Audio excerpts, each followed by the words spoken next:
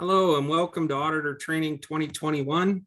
This is Aerospace Module 2 with Aaron Troschinetz.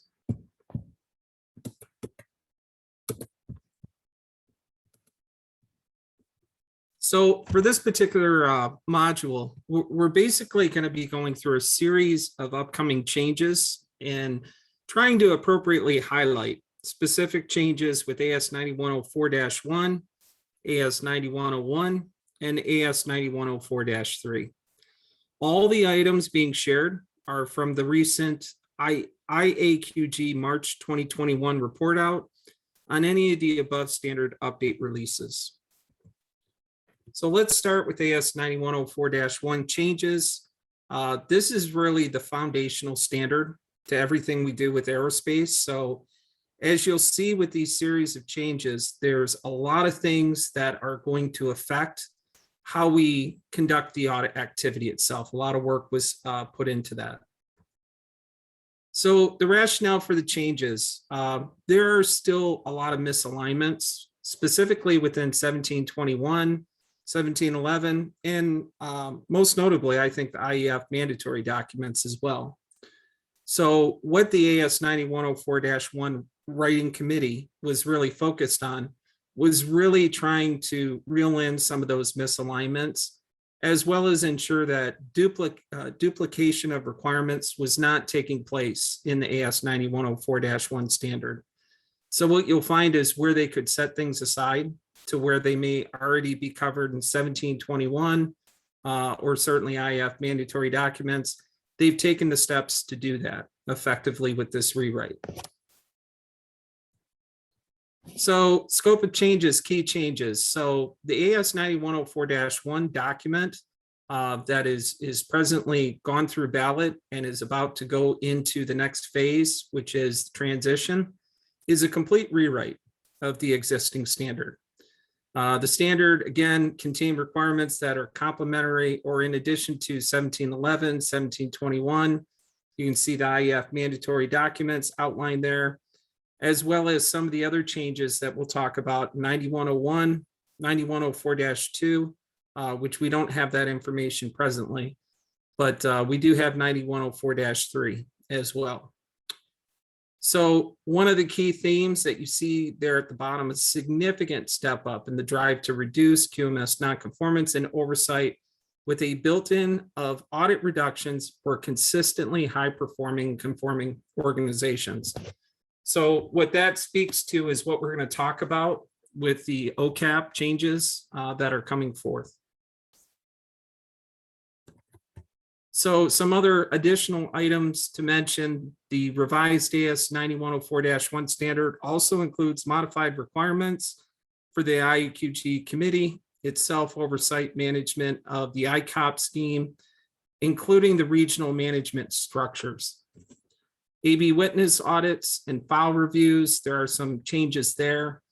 And then finally, in the area of audit duration requirements, the audit calculator, which we do in OASIS, is being replaced with a risk-based organization certification analyze process, or OCAP. There are going to be provided allowances for site-specific audit duration based on risk and activity. There is a functional OCAP tool example that will be made available, as well as there will be an option for what they're calling PBS-RP, or performance-based surveillance and recertification process. So some other general changes that are taking place in AS 9104-1, there are going to be requirements where participants of the ICOP scheme must report any observed conduct that could adversely affect the integrity of the ICOP certification scheme. I think what you're going to see, and I've seen some of the language, is it's definitely bolstered up in that we're all in this together to ensure the integrity of AQMS certification. And if we see any behavior or any activity that puts that at risk, the expectation is that that is reported and escalated appropriately. And we'll talk about some of the things and requirements that they're putting in place to support that. The other thing that's going to happen is in regards to the certificate structures. we will be moving to, by way of AS 9104-1 revision to come, single and multi-sites only. And this will be finally brought into alignment with specifically IFMD1, whereby basically you're a multi-site. In those cases, you're either multi-site sampling, multi-site non-sampling, or multi-site combination of the two. That's it. So there will no longer be campus, several site, complex, which we never got into, but all those other structures are going away as part of this revision. So let's talk about the certification program a little bit, and this gets into OCAP. So this was meant to bring further alignment with ISO and other IFMD type requirements, where there is an allowance for any kind of non-applicable processes to result in audit duration reduction from the established minimum baseline. And the OCAP tool, in terms of its execution, is really intended to drive audit duration baseline, and it could include increases as well, where those factors are being taken into account. This is a closer look into the OCAP process itself. So really what it starts out with is organizational context. So this would include, what is the standard? What are the core processes? What are any applicable IAQG standards? Then it feeds into the certification audit program. So what are the physical sites or virtual sites? What are, again, QMS processes, which then feeds into a risk analysis. And this is kind of the meat of OCAP, is we need to take into account the performance of the organization, the complexity, any internal audit maturity, customer satisfaction, which ultimately results into, and there's a calculator and calculation sets that go along with it, a risk, which corresponds to high, medium, or low. We then take that as an output into the calculation of audit duration. And this is on-site and off-site. IFMD 5 is going to be a part of calculating that audit duration, specifically in the area of planning, auditing, and report writing. So whereas in the past we had a table, so to speak, you went to the table, this is going to allow a tailoring of audit duration based on all these associated characteristics. And certainly what it will require is that as we conduct our office activities with coming up with that audit duration, that we're being made aware of any changes, because the expectation is that audit duration over time will shift and will change based on any changes with that organization. So it is going to entail a much thorough process than we had before in terms of coming up with audit duration. So this is just another look into specifically the risk analysis piece, which I mentioned before is really the meat of calculating the audit duration. So some of the data that moving forward with this new version of AS 9104-1, which will need to be supplied by the client or the organization, includes metrics. Some of the metrics identified here: on-time delivery, conformity of delivered product, customer satisfaction, and AQMS process effectiveness from previous audit report. So that's going to entail that we're taking a look back into performance, as well as taking a look at current performance to date for any changes and what would fit into these various risk entries into a final risk analysis overall. Risk is then calculated at the organization, and that's when the addition and subtraction of audit duration comes into play. And these are based on the risk analysis. If you're on the low end, as far as final risk analysis, you could receive up to a 10% reduction in audit duration. If you're in the medium, somewhere kind of in the middle across a number of these other considerations, there would be no change. And finally, if you were high risk, you could receive or should receive up to a 10% addition of audit duration as part of the audit activity.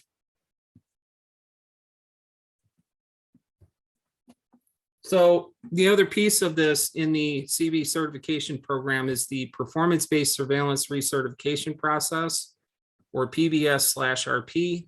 This actually replaces IFMD3, which talked about ASRP and some other allowances for reducing audit activities. There's a high hurdle being established for entry into PBS/RP and remaining in the program. And these are some of the considerations. Entry allowed only after one certification cycle. So essentially they have to get through cycle one before they can even become eligible for PBS/RP. They need to demonstrate robust internal audit program requirements, specifically ASD lead auditor course type competencies. Low to no complaints, KPIs met across the board and consistently. And finally, good results from audits that we would have conducted previously, and no major NCRs from any of those audits. The methodology itself is that all sites would receive audit activity initially, and then it basically goes into a 1/3 for any of the sites for each surveillance plus central function. So with what we had with multiple site certification structure, this is very similar in that we can essentially start to do a reduced surveillance audit program in terms of frequency for all the sites. And then finally, program adjustments when performance criteria is not continually met are expected. So it may be a case where you qualify into PBS/RP, but then over time, as performance deteriorates or other issues occur, you could find yourself back to a normal surveillance audit frequency.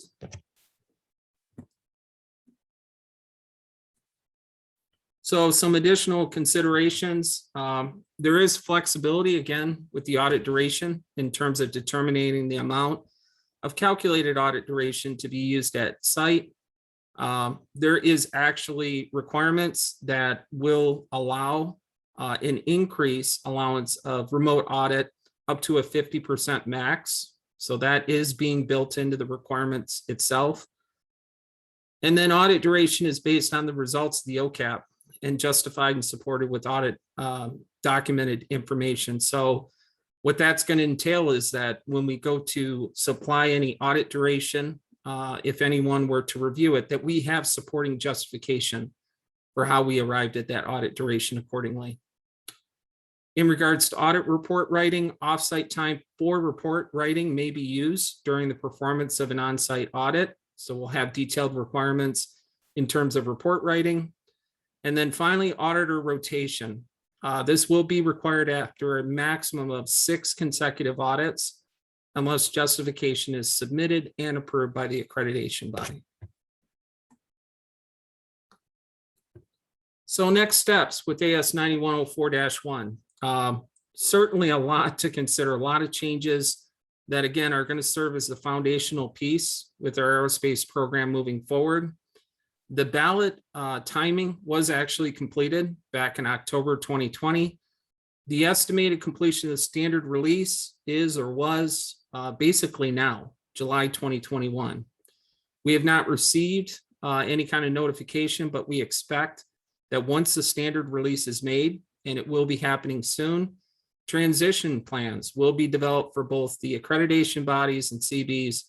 Most likely, it looks like probably 12 months for the accreditation bodies such as ANAB, and then 18 months for any of their CBs that they have accredited. This will all be set into motion based on the final release of the standard. And again, at this time, we haven't received any kind of heads up or communications from ANAB, but we expect those shortly. And we do expect that this transition will get underway.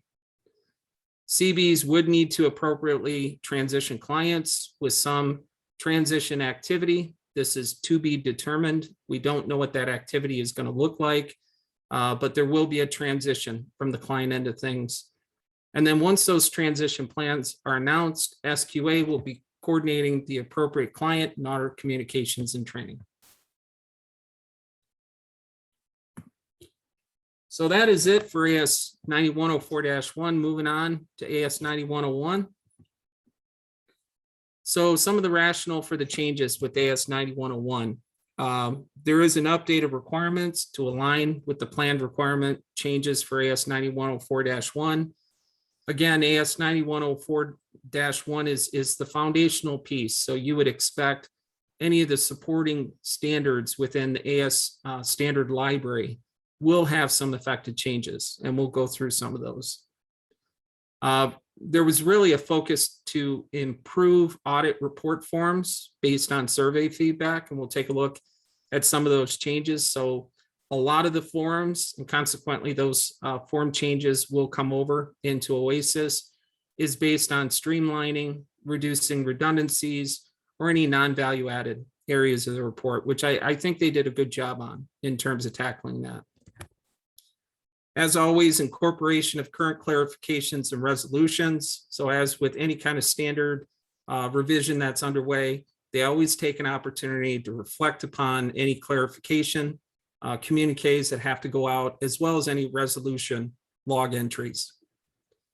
Integration of OASIS feedback. So the team that was on AS 9101, they did survey any appropriate and applicable OASIS feedback for any inputs. And then finally, clause renumbering to improve the document flow. So another similar exercise to making sure that all the clauses are appropriately renumbered and put into place. So within the AS 9101, there were a couple of definition changes that I think are worth spending some time on. So the first one being containment. Containment in AS 9101 and the revision that's set forth to come is focused around action to control and mitigate the impact of a nonconformity to protect the customer, organization, or product. And the example that they use is stop the problem from getting worse, or stop the bleeding, as we would say. Includes immediate action, immediate communication, and verification. This is very important, to ensure that the non-conforming situation does not further degrade. So there are some guardrails now, if you will, around containment, and this definition is really intended to make sure that we're all aligned on what containment means when we're dealing with any kind of non-conformity situation. Repeat non-conformity. This has been a subject in the past. What actually supports a repeat non-conformity? So the group did take some steps to put some further definition to this. A trend of identical nonconformity reported against the same requirement. And that's very important, same requirement, indicating that previous corrective action attempts failed to prevent recurrence of the nonconforming situation. So I think with that, we have a little bit better definition, a clearer picture. Again, keyword, I think, is same requirement, and that feeds itself into making some type of determination that the previous corrective action failed to prevent recurrence. So we have something, I think, a little bit better to work with in that area. Some other changes, there was a reference to the proposed 9104-1 clause numbers updated to link complementary audit requirements. Again, obviously, all references to any kind of cert structures, several site, campus, complex organizations have been removed. Single site, multi-site certification structures remain.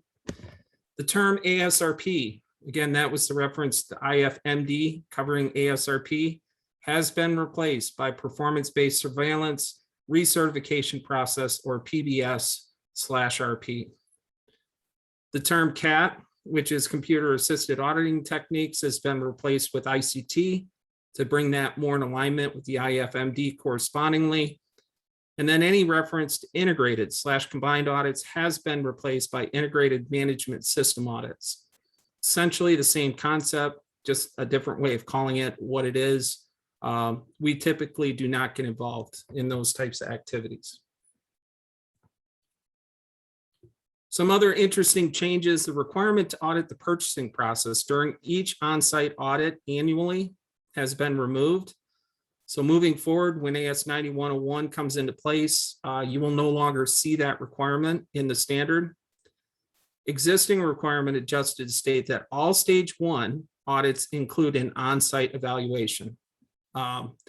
Not sure how this is going to shake out with some of the COVID guidance, because obviously there's some contradiction there, but the expectation will be that all stage one includes some type of on-site evaluation. The requirement to take the organization performance into account to support risk analysis during audit planning has been strengthened. Again, we're going to be relying on that input of organizational feedback in terms of the OCAP process and determination of audit duration. So that's key.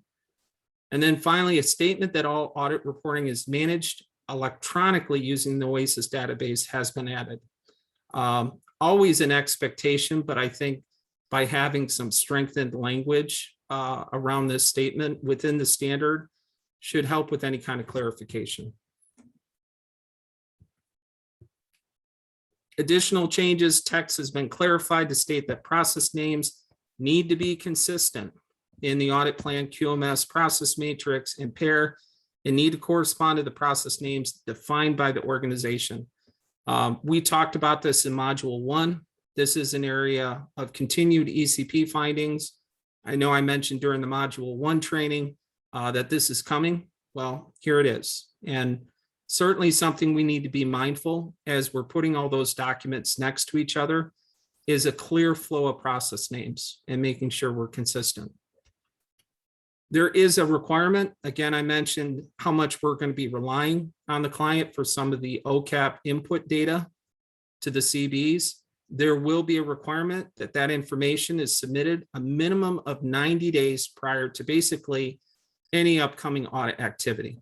So that process will be set in the standard, which I hope will really help us in terms of getting that information.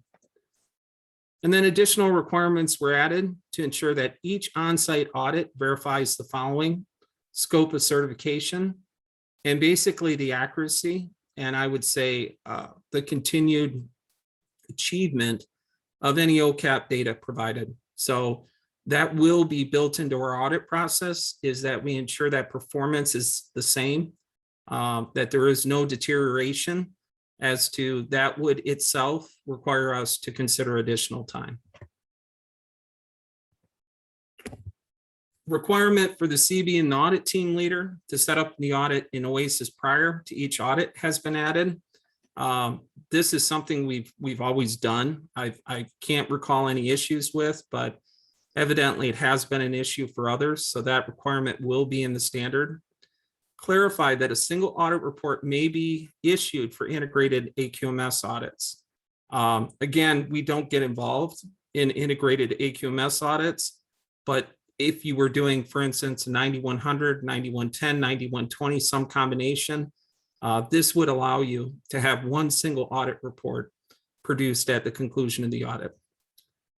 The requirement for the organization to provide the percentage of revenue of AS industry business has been removed. This has at times been problematic as clients don't want to share too much of that type of information. That has since been stripped out of this upcoming version of AS 9101. And finally, clarification added to state all the requirements of the applicable AQMS standard are audited throughout the cycle. Again, this is something we should be doing all along. The expectation is that everything is covered throughout the cycle, but I think what you're going to find with the language that they put in there, it is much more clear and concise that that is the requirement that should be followed. Some additional items relative to stage 1, requirement was adjusted to state that any customer and or regulatory specific approvals and the requirements are collected. So when conducting stage 1s, we'll need to make sure that those items are built in to our stage 1 checklist and appropriately covered. The requirement to determine customer presence at the organization has been removed. So that is no longer a factor of our stage 1 activities. The requirement to review customer delegated inspection and or authorized direct ship delivery has been removed. Again, this is not something we typically get into, but I know in some cases when that topic has come up, it can be a little problematic. And then finally, the requirement was expanded to state the evidence of customer performance, process performance, achievement of quality objectives needs to be reviewed. I think we've reviewed this in many ways in the past with stage one specifically, but I think what you're going to find with the stage one requirements as they're built out of OASIS, it's going to be much more clear in this area as to that expectation. Some additional changes, and this is in the area of tables. There is a new table, and it actually does a pretty good job, I think, of laying out the responsibility and what the task is and what the timing is associated with it. So you will see this table 5. It's probably a table that we should give some thought as to how we share that information with the client, but it really lays out what the expectations are and the flow involving any kind of NCR activity. Some other changes relative to forms. Stage 1 audit report, that's your Form 1. Fields are adjusted to reflect changes in the 9101 standard. That's pretty obvious. Fields are added to enable the capture of ICT use and comments. And finally, individual AQMS clause numbers combined to a high level to ease entry of confirmation of requirements.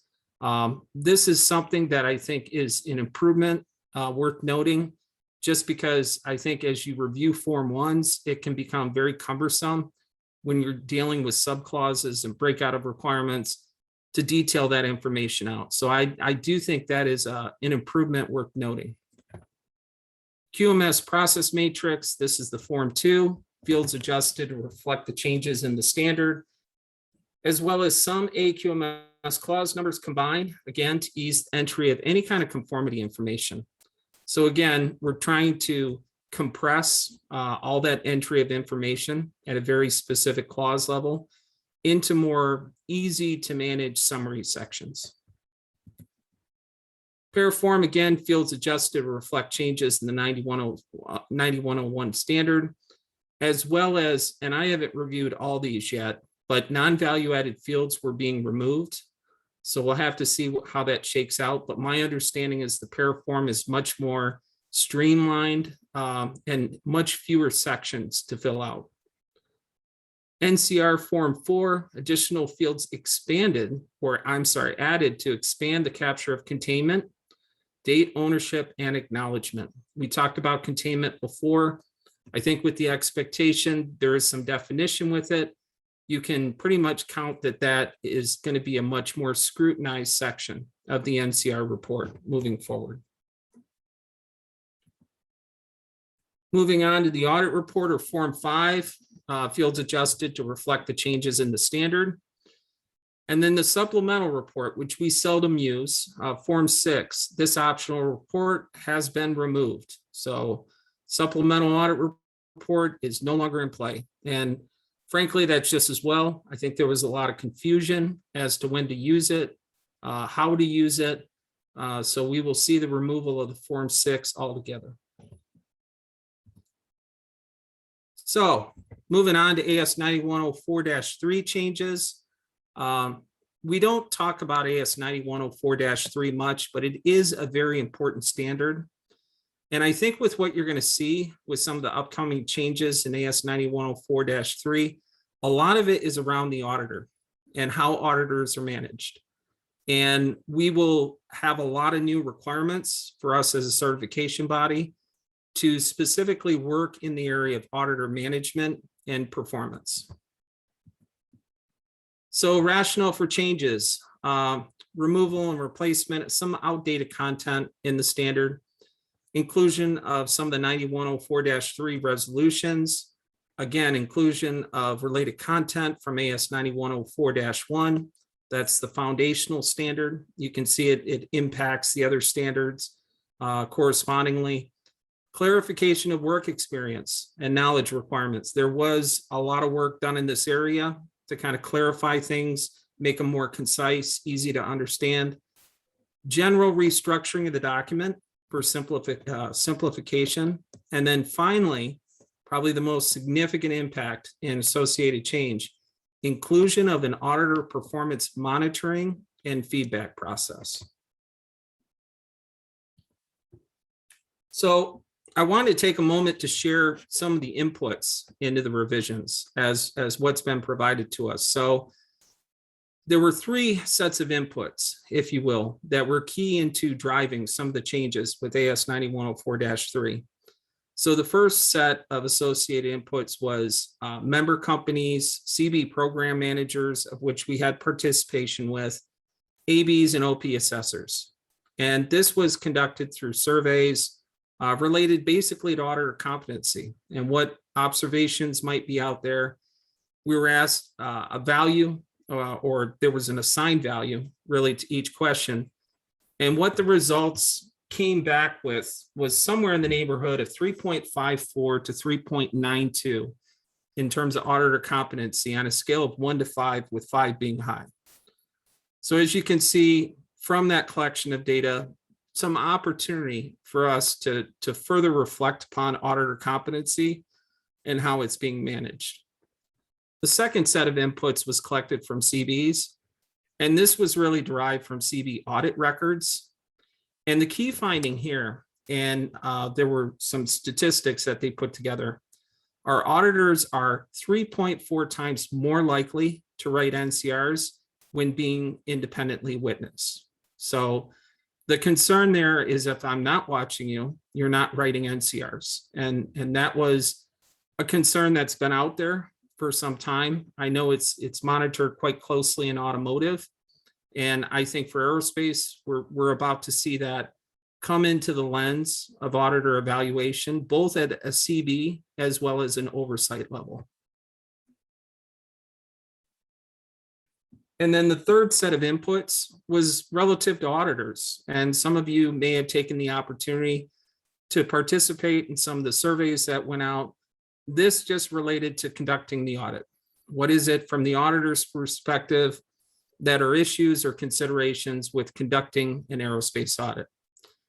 Key finding being here, 51% are being influenced into not writing NCRs due to various drivers. And some of the ones mentioned here, time management, offsite workload, client pressure. So when you take all these inputs together, the conclusion of the writing committee, consistent competency and inconsistent conduct. So those are really what drove the auditor performance management piece that is built into AS 9104-3, that by way of the standard, they want us as a CB community and overall to pay closer attention to. So scope of changes, key changes. Again, I mentioned auditor performance management. The definition provided to this is activity undertaken to monitor individual third-party auditor performance and establish improvement programs as required to maintain auditor authentication based on the results of performance information gathered. So this is a new concept into the standard, and the definition there is really meant to give some understanding as to, okay, what do we mean by auditor performance management? The second definition is in regards to performance improvement plan, or PIP. And this is all around a means to address performance improvement that includes a clear structured set of actions and deliverables together with timescales in order to attain a specific level of performance. So the expectation is that when performance issues are being observed, that PIPs be put into action. And we'll talk about that process a little bit. Again, this is all driven through the standard. It will be defined clearly, so it will be a requirement that all CBs have to comply with.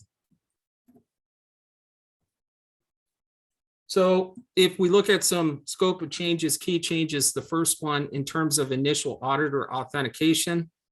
So in terms of auditor authentication, external QMS auditor recognition is not required. So what that means is in terms of initial authentication into the aerospace scheme as either an AA or an AEA, there is no requirement for a QMS Probitas card or exemplar card or anything of that sort. All of that is done by the certification body. There is now a single path to AEA certification being created. In terms of audit experience, team member lead roles are now recognized. Baseline training still requires an approved ASD lead auditor course. That would be your AATT training. IAQG requisites are still in place, so that includes IAQG sanctioned requirements, which are mandated. Work experience has been, I think, clarified in the area of AAs and scope expansion for AAs. And finally, industry knowledge requirements have been clarified in some of the supporting language that aligns with this table. And I think it's much more clear as to what those requirements are. So in terms of re-authentication, again, this is after initial. This would be on a periodic basis to maintain auditor credentials. Continued professional development is now defined. Requirements are increased from 15 hours to 40 during the authentication cycle. And there is an expectation that from that 40, a certain amount are achieved annually. So that requirement is defined as well as the auditor performance management component. New requirements being introduced so that that ongoing sustained performance evaluation is happening. One of the other key changes, and this has been talked about, I know a lot, is AA's advancement into an AEA. So there are requirements now outlined as to that pathway, if you will, which has been talked about at great extent. The audit experience is relying upon a completion of one authentication cycle. So that is now in place. There is a minimum number of on-site audit days identified, and you can see those on the left for an advancement path to be possible. And last, demonstration of leading a team. So as part of that pathway from AA to AEA, there is a requirement that they have to demonstrate they can lead an audit team effectively. And then lastly, industry knowledge. New requirements are being introduced on that so as to put better definition on that pathway requirement and having all the necessary industry knowledge to be an effective AEA. So let's talk about monitoring. So this is a process that is to be managed by the CBs. The monitoring criteria being established consists of a handful of things you see here: nonconformities per audit day, complaints, any upheld client nonconformity appeals, and oversight witness findings. So all of that feeds into the monitoring process, whereby CBs will have to, on a sustained basis, make sure that that monitoring information is being looked at, reviewed, and any action taken. Additional criteria can be determined based on lessons learned and trends, and there will be targets as far as the parameters of performance set forth and periodically communicated through the IAQG. So what that means is we will be receiving those parameters as part of our monitoring program with AQMS auditors, and we will have to show where our performance is meeting those requirements. So some other considerations in regards to CB witness audits, there is some criteria being established. This will apply to both new and existing auditors. A frequency based on any of these CB witness audit requirements will take into account risk. The period of time shown there is 3 to 6 years, but we will be required to factor that in terms of our witness audit program with AQMS auditors, and need to show where we're adjusting any frequency based on the risk evaluation with any witness audit requirements. Talk a little bit about the PIP. I know I've mentioned it a couple of times. This is a process established by the CB as applicable to manage auditor performance improvement. We don't have a clear definition of the form itself. I think there's still some review that needs to happen there. But within that process, there will be clear actions, deliverables, timescales in order to attain a specified level of performance. So that will absolutely be a key critical piece to ensuring that performance improvement is being observed and that timing is put in place and actions are happening. There will be an escalation process defined by the auditor authentication body for any kind of necessary intervention. And that's the case if performance is not achieved within those timelines, that there be some process where the AAB may have some involvement as far as continued credentials. So with that, that wraps up our presentation. As you can see, a lot of changes coming. We certainly have been involved with a number of these changes as they're now starting to come to fruition. As with any kind of change in standard requirements, we will certainly be communicating actively with both auditor and client, any of those affected changes. At the conclusion of this module, we will be also setting up some times and meetings whereby if you have any questions, concerns, we can certainly review those. And with that, I thank everyone for their continued support and thank you for reviewing this module.